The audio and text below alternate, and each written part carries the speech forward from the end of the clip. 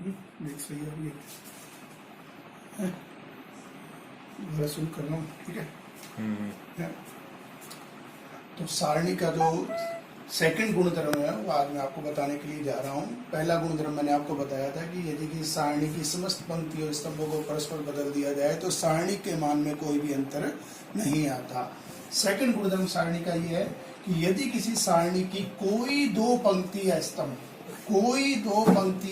को परस्पर बदल दिया जाए तो सारणी की संख्यात्मक मान यानी न्यूमेरिकल वैल्यू वही रहती है, परंतु उसका चिन्ह जो है वो बदल जाता है।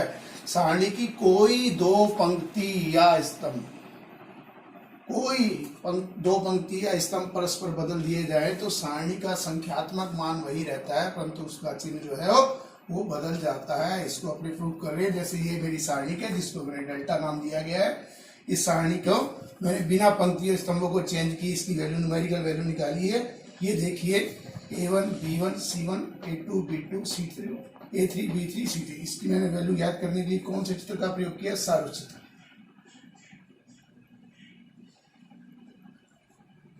सारू चित्र के अनुसार पहले दोनों कॉलमों को बाहर निकाल करके रख दीजिए। फिर आप इस तरह से क्रॉस काटिए। अग्र विकिरण है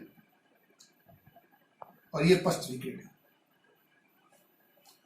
अग्र विकिरण के अवयवों का गुणनफल A1 B2 C3 A1 B2 C3 B1 C2 A3 B1 C2 A3 C1 A2 B3 C1 A2 B3 minus पश्च विकिरण के अवयवों के गुणनफल का योग A2 B2 A3 B2 C1 B3 C2 A1 C3 A2 B1। ये सारणी की जो है वो वैल्यू है पंक्ति और स्तंभों को बिना चेंज किए। अब मैं इसकी कोई भी दो पंक्ति या स्तंभों को चेंज करके इसकी वैल्यू को फाइंड करूंगा और ये प्रूव करूंगा कि इसकी न्यूमेरिकल वैल्यू यही की यही रहेगी, सिर्फ इसका साइन जो है वो चेंज हो जाएगा।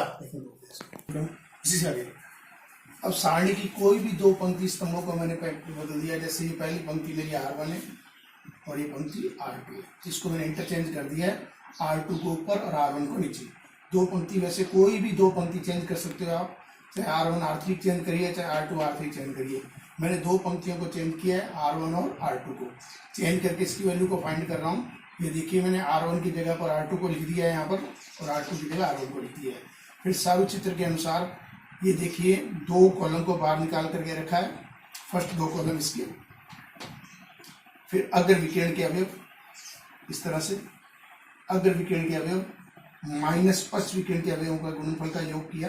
ये देखिए अग्र विकिरण के अवयव A2 B1 C3 A2 B1 C3 B2 C1 A3 B2 C1 A3 C2 A1 B3 C2 A1 B3 minus पश्च विकिरण के अवयवों का गुणनफल का योग A3 B1 C2 B3 C1 A2 A3 B1 C2 B3 C1 A2। फिर उसके बाद B3 C1 और ये C3 A1 B2 C3 A1 B2। अग्र विकिरण के अवयवों के गुणनफल के योग में से पश्च विकिरण के अवयवों के गुणनफल का योग घटाया। इसको मैंने डेल्टा 1 डिटरमिनेंट्स माना है। जब उसकी पंक्तियों को मैंने चेंज किया तो उसको डेल्टा 1 माना है। अब आप इसमें से माइनस कॉमन ले लीजिए। माइनस कॉमन लेने का मतलब ये है कि इसको आप पहले लिखोगे, इसको बाद में लिखोगे। अब आप देखिए जो पहले डेल्टा की वैल्यू थी वो डेल्टा 1 के क्या है, इक्वल है, लेकिन साइन जो है वो चेंज है। डेल्टा का मान जो है माइनस डेल्टा 1 के इक्वल है। आप देखिए पहले जो वैल्यू फाइंड की थी वो सेम टू सेम आ गई है, लेकिन चिन्ह जो है वो बदल गया है। तो सारणी की कोई भी दो पंक्ति स्तंभ को परस्पर बदल दिया जाए तो सारणी का संख्यात्मक मान वही रहता है, परंतु उसका चिन्ह जो है वो बदल जाता है। हाँ, जैसे मैंने उदाहरण लिया है आपके पास में ये 2 -3 5 6 0 4 1 5 -7 1 को डिटरमिनेंट है। इसको मैंने ये सॉल्यूशन किया है इसका मैंने सारूस डायग्राम द्वारा। सारूस डायग्राम का मैंने पहले भी आपको समझाया है कि सारूस डायग्राम से सारणी को हल करने के लिए पहले दोनों जो कॉलम है उसको बाहर निकाल के रख दिया जाता है। ये पहले दोनों कॉलम को बाहर निकाल के रख दिया है। फिर इस तरह से आप तिरछा काटिए इस तरीके से, इसको अग्र विकिरण कहते हैं। इस अग्र विकिरण को इस तरह से काटिए, फिर इस तरह से चलिए पश्च विकिरण, बैक से चलिए ये पश्च विकिरण। अग्र विकिरण के अवयवों का गुणनफल किया, देखो 2 0 -7 तो 0 -3 4 1 को मल्टीप्लाई किया -12 5 6 और 5 6 और 5 को मल्टीप्लाई किया 150 माइनस पश्च विकिरण 105 को मल्टीप्लाई किया 0 5 24 20 दूनी 40 7 6 42 42 दिया 126। अब आप अग्र विकिरण के अवयवों के गुणनफल के योग में से पश्च विकिरण के अवयवों के गुणनफल के योग को घटाइए। सारणी का मान जो है -18 प्राप्त -28 जो है वो प्राप्त हो रहा है आपके पास में। -28 प्राप्त हो रहा है। अब मैं इसकी दो पंक्ति और कॉलम को चेंज करके इसकी वैल्यू फाइंड करूंगा तो ये +28 आ जाएगा। तो ये आपकी जो प्रॉपर्टी है वो प्रूफ हो जाएगी।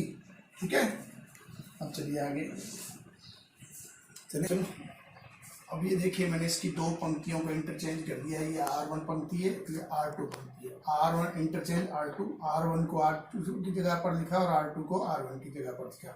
ये दोनों पंक्ति को इंटरचेंज करके फिर मैंने वही सारा उस डायग्राम से इसका मान निकाला है। पहले दोनों कॉलमों को बाहर निकाल करके रख दिया है। अगर विकिरण के अवयवों का गुणनफल का योग, ये देखिए अगर विकिरण, ये अगर विकिरण के अवयवों का गुणनफल का योग। अगर विकिरण हमारा ये देखो 6 × 18, 18 × 7 126। ठीक है, इधर चलिए अगर विकिरण की 4 दूनी 8 और ये 0। ठीक है, अगर विकिरण के अवयवों का गुणनफल का योग माइनस पक्ष विकिरण के अवयवों का गुणनफल का योग करके इस सारणी का मैंने मान ज्ञात किया, वो आया आपके पास में +28। इसका मतलब क्या है कि सारणी का संख्यात्मक मान तो वही रहता है परंतु उसका चिन्ह जो है वो बदल जाता है। ये हमारा प्रूफ है इसके ऊपर। ठीक है, तीसरा गुणधर्म है सारणी का कि यदि किसी सारणी की कोई दो पंक्ति या दो स्तंभ बिल्कुल समान हो तो उस सारणी का मान सदैव 0 होता है। जैसे मैंने ये सारणी के लिए इसकी दो पंक्तियां देखो R1 और R2 बिल्कुल सेम है, ABC ABC। थर्ड जो रो है वो बिल्कुल अलग है।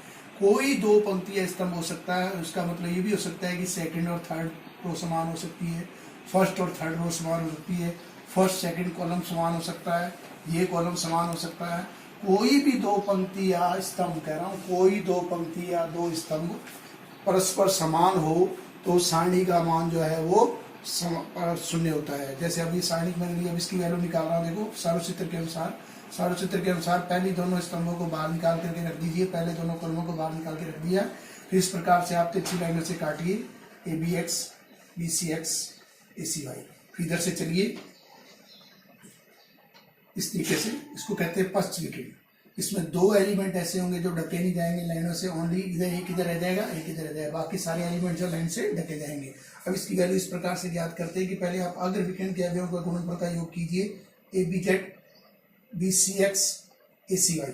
देखो ABZ + BCX + ACY माइनस पश्च विकिरण के अवयवों का गुणनफल, पश्च मतलब इधर से चलिए BCX ACY + ABZ।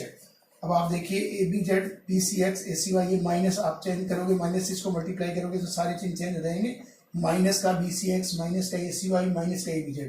अब आप देखिए प्लस का ABZ, माइनस का ABZ कैंसिल, प्लस का BCX, माइनस का BCX कैंसिल, प्लस का ACY, माइनस का ACY कैंसिल। तो सारणी का मान जो है वो 0 आ गया है।